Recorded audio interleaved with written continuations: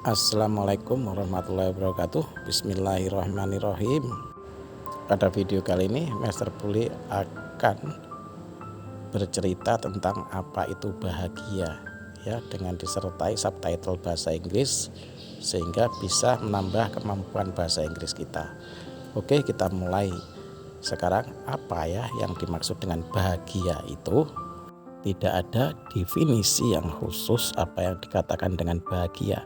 Secara umum bahagia adalah rasa ya, perasaan gembira, perasaan senang, apa yang ada di dalam hati kita, apa yang kita rasakan. Perasaan senang itulah yang disebut dengan bahagia. Menurut Profesor Hamka, agar lebih mudah memahami bahagia, maka bahagia itu bisa dikelompokkan menjadi 3 bagian. Yang pertama adalah bahagia lahiriah, yang kedua bahagia batiniah, yang ketiga adalah bahagia yang hakiki. Nah, bahagia hakiki inilah bahagia yang sempurna sesungguhnya.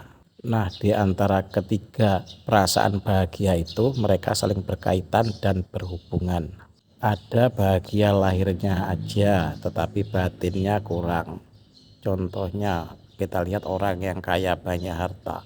Semua lahiriahnya terpenuhi tetapi mereka tidak bahagia karena mereka tidak mengetahui bagaimana menggarap atau menjalani bahagianya secara rohani. Lalu ada seorang ahli ibadah misalnya, ulama misalnya mengaku-ngaku, wah saya sudah bahagia, pokoknya saya sudah bahagia. Pertanyaannya, apakah kamu sudah punya uang, punya harta?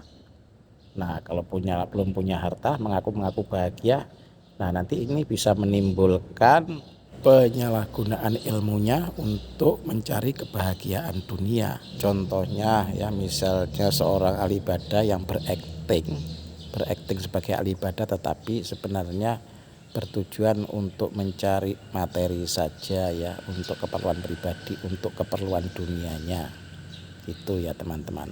Nah, sekarang mari kita bahas bagaimana agar kita menuju bahagia yang hakiki, bahagia yang sesungguhnya ya, lahir dan batin atau unsur material dan immaterial. Kunci utama kebahagiaan material atau lahir adalah sehat ya teman-teman ya, kesehatan fisik, kesehatan badan.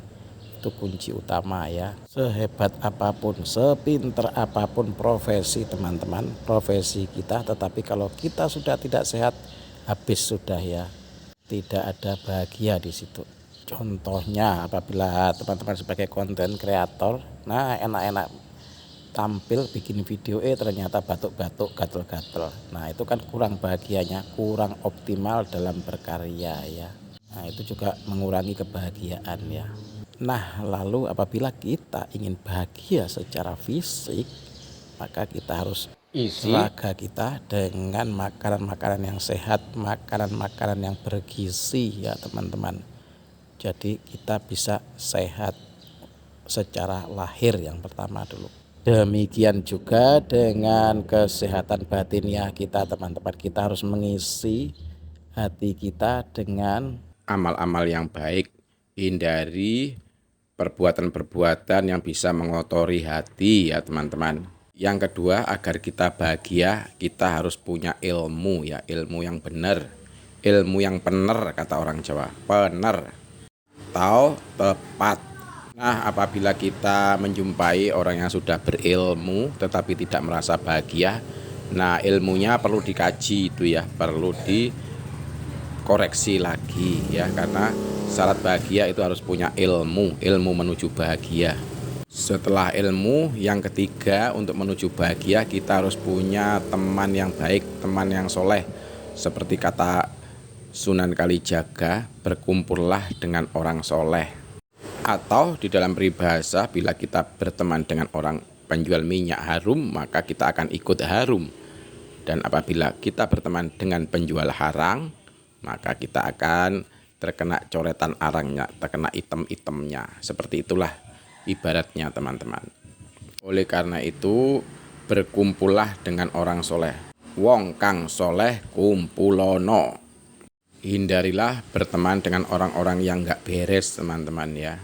Misalnya kita berteman dengan orang yang pendengki, orang yang pemabuk, orang yang suka menghasut. Nah, kita harus menjauhkan diri dari lingkungan-lingkungan mereka. Ngadoh kata orang Jawa ya. Yang keempat adalah bekerja. Agar kita bahagia, kita harus punya kerjaan ya teman-teman. Lebih baik capek bekerja dan stres bekerja daripada capek jadi pengangguran atau stres menganggur ya. Karena dengan bekerja otomatis kebutuhan lahiriah kita nanti akan terpenuhi. Yang kelima, jalan menuju bahagia kita harus introspeksi diri atau muhasabah ya teman-teman. Koreksi diri, karena pada hakikatnya manusia itu adalah manusia yang penuh kekurangan dan harus diperbaiki lagi. Makanya kita perlu muhasabah atau introspeksi diri. Selanjutnya, dalam hubungan dengan materi, maka kita harus menyetel atau mengatur hati kita agar bisa selalu qanaah.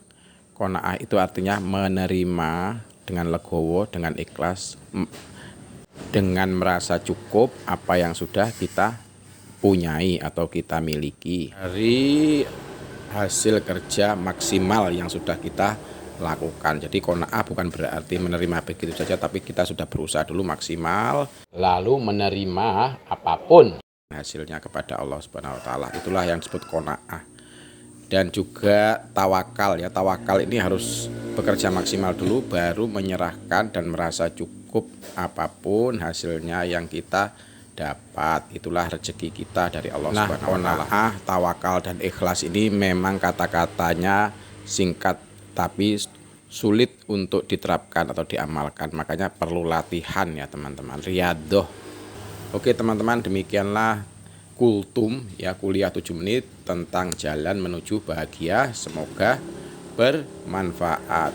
Terima kasih sudah menonton. Thank you for watching and see you on the next video. Bye bye.